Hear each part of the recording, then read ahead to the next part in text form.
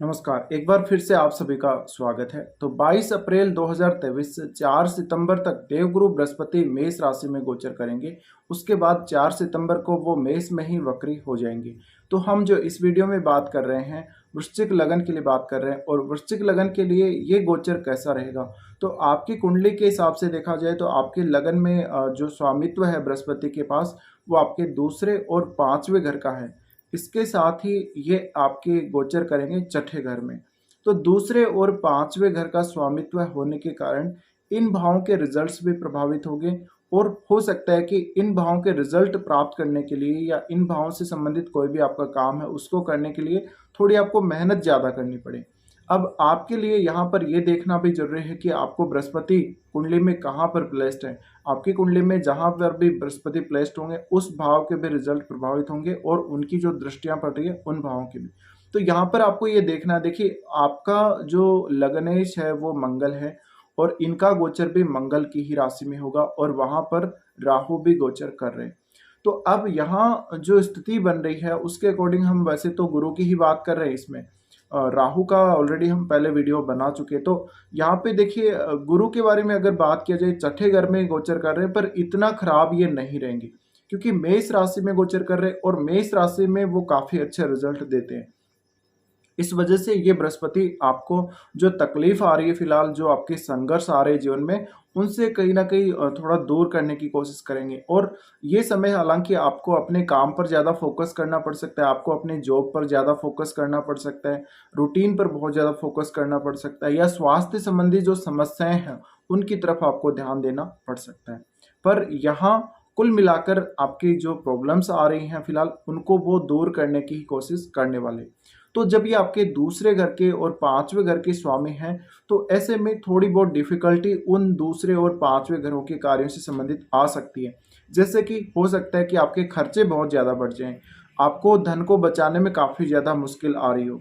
इसके अलावा फैमिली के साथ आपके रिलेशंस, अगर फैमिली में किसी प्रकार का कोई विवाद चल रहा है तो उससे संबंधित आपको धन हानि हो सकती है। इसके अलावा आपके पास उतना ज़्यादा पैसा ना आए जितना आप सेविंग करते हैं, तो वो स्थिति भी डेवलप हो सकती है इस गोचर में। बट ये आपके कार्य क्षेत्र और आपके जॉब के लिए ये बृहस्पति काफी अच्छे रहेंगे। तो यहाँ बृहस्पति की जो स्थिति है आपके छठे घर में बन रही है, इसलिए आपको छठे घर से संबंधित अगर कोई भी काम है उसके प्रति सबसे ज्यादा सीरियस होना पड़ेगा।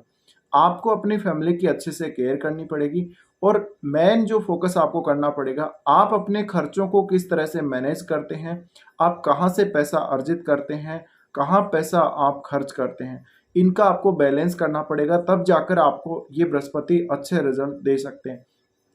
तो यहाँ पर बृहस्पति के गोचर में आप तभी संतुष्ट और सुख ही महसूस कर सकते हैं जब आप इनको बैलेंस करेंगे। अगर आप अपने धन संबंधी कार्यों पर ध्यान नहीं देते, आप अपनी बचत पर ध्यान नहीं देते, तो काफ़ी मुश्किल आप लोगों को आ सकती है।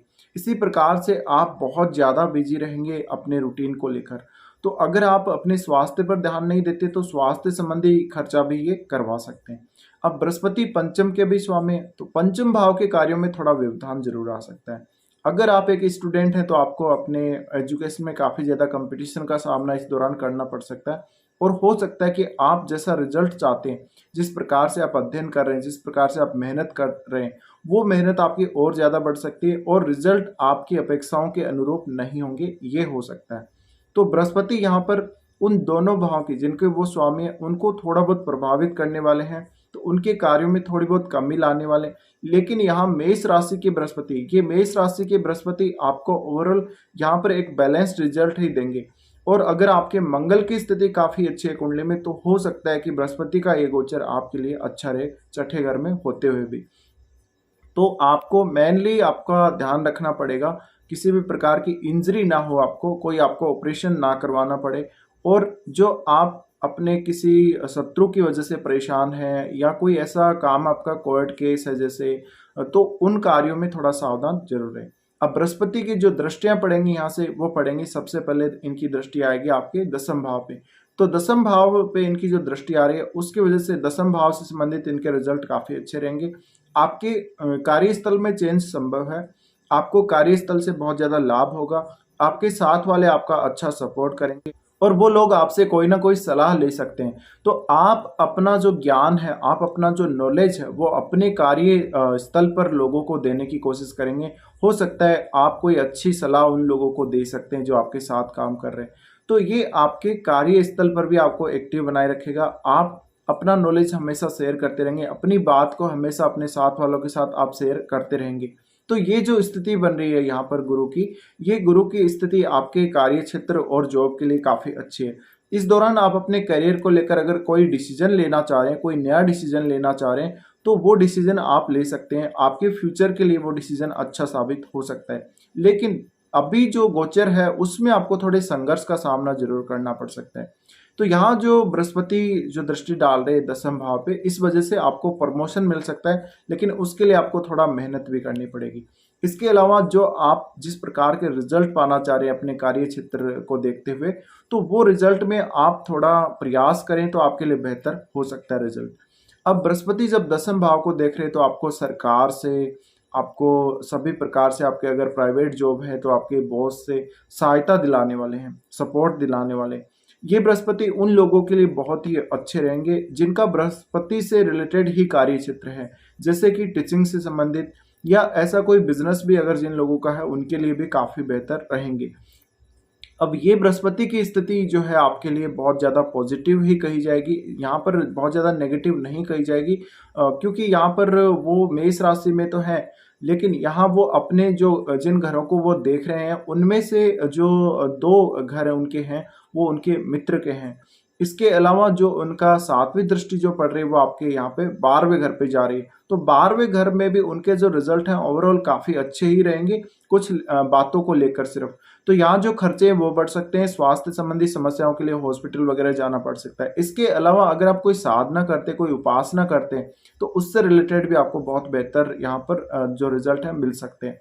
अब आपको अपने कार्य क्षेत्र पर ही सबसे ज़्यादा फोकस करना चाहिए जब बृहस्पति गोचर ये मेष राशि में कर रहे होंगे, क्योंकि कार्य क्षेत्र में जो आपको ये सफलता दिलाने वाले हैं उसकी उम्मीद शायद आपने नहीं की होगी। तो कार्य क्षेत्र के दृष्टिकोण से देखा जाए बृहस्पति का ये गोचर अति उत्तम रहने वाला है। उसके बाद ये 12वें घर को देख रहे हैं तो आपको वो विदेश भेज सकते हैं, विदेश में सेटल कर सकते हैं। इसके लिए आपकी कुंडली में योग होने चाहिए। आपके घर के जो बुजुर्ग लोग हैं उनका स्वास्थ्य खराब हो जाएगा तो उनकी वजह से आपको कोई ना कोई खर्चा करना पड़ सकता है। आपको पीलिया से संबंधित परेशानी हो सकती है या और कोई इस प्रकार की दिक्कत आ सकती है। इसी प्रकार से आप जिन भी परेशानियों से अभी जूझ रहे थे, लाइफ में जो स्ट्रगल चल रहा था, लाइफ बहुत ज़्यादा अगर स्लो चल रही थी, तो उसमें थोड़ी बहुत तेज़ी आ सकती है। यहाँ पर बृहस्पति का आपके 12वें घर को देखना आपको इंट्यूशंस भी दे सकता है और यहाँ पे कोई देवीय सहायता आपको मिल सकती है, कोई भगवान का आशीर्वाद भी आप लोगों को मिल सकता है, अगर आप अच्छा कोई काम करते हैं। यहाँ पे उसके बाद बृहस्पति देख रहे हैं आपके सेकंड हाउस को, तो खर्चों को वो बढ़ाते रहेंगे। खर्चों को बढ़ाने के साथ-साथ जो आपके खर्चे होंगे, वो लगभग सही कार्यों के लिए होंगे, कोई भी ऐसा खर्चा नहीं होगा जो फालतू के किसी काम के लिए होगा। अब वो अपने ही घर को देखते हैं यहाँ से, वो आपके सेकंड हाउस को देखते हैं, तो सेकंड हाउस को जब वो देख रहे हैं, यहाँ पर आपको अपने विरोधियों से फ़ायदा होगा, यहाँ पर आपको अपने शत्रु या किसी प्रकार का कोई विवाद होता है, तो उससे आपको वो गेन करवाने वाले हैं। लेकिन इसके लिए आपको मेहनत तो करनी ही पड़ेगी। इसी प्रकार से आप इस बृहस्पति के गोचर में कहीं से भी पैसा उधार ना लें, ना ही आपको कहीं से कोई लोन लेना है, ना ही आपको किसी रिश्तेदार से पैसे उधार लेने हैं। और अगर आप उधार देते भी हैं तो भी आप मुश्किल में पड़ सकते हैं। तो आपका जो पैसा इस बृहस्पति के गोचर में जो खर्च होगा या किसी को आप अगर देंगे तो वो पैसा लौट कर आने की जो संभावना है वो काफ़ी कम ही है। इसके अलावा ये गोचर में आपको अपने आप को, अपने स्वास्थ्य से रिलेटेड और आपको खुद को भी काफ़ी ज़्यादा स्टेबल करना चाहिए।